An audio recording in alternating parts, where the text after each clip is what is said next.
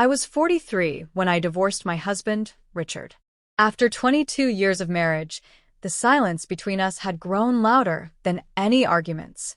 Our son, Jason, was 21, smart, charming, and in his final year of university. He stayed with me in our brownstone apartment in Brooklyn after the divorce.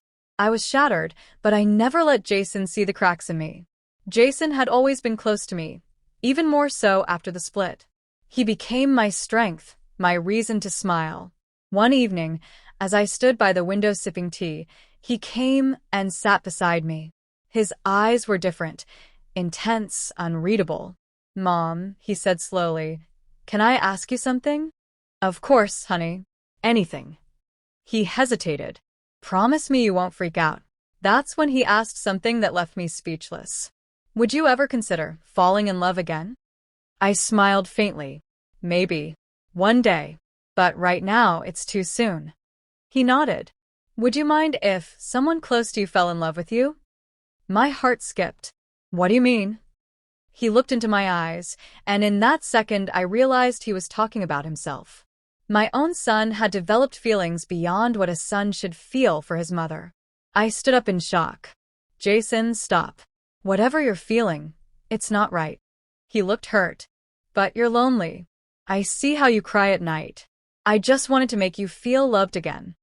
I left the room without another word. The turning point.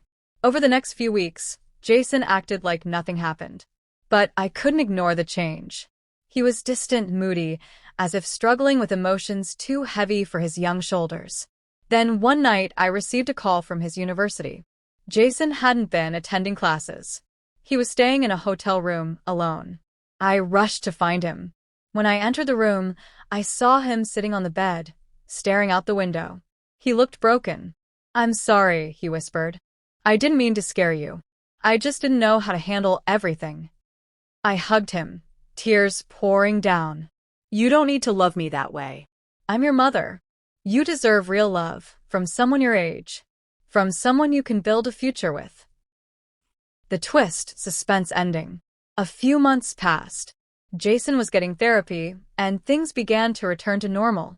Then one day, while cleaning the attic, I found a box of old letters hidden in a trunk marked with Richard's initials. I opened one and froze. They weren't from Richard. They were from a woman named Diana.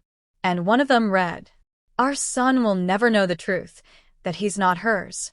My heart stopped. Jason wasn't biologically mine. I confronted Richard, who confirmed it. Jason was his son from an affair. The woman died during childbirth, and I had raised Jason as my own. He never knew the truth. Now everything made sense, his strange attachment, the unusual boundaries. I told Jason the truth. He broke down, not out of relief, but from guilt. "I'm sorry, Mom. I didn't know. I just felt something I couldn't explain." I forgave him, because now we both knew the truth and could begin to heal. Final scene. Months later, Jason stood beside me as I prepared to go on my first real date since the divorce. "You look beautiful, Mom," he said with a genuine smile. I kissed his forehead. "Thanks, son. I finally feel ready to be loved again."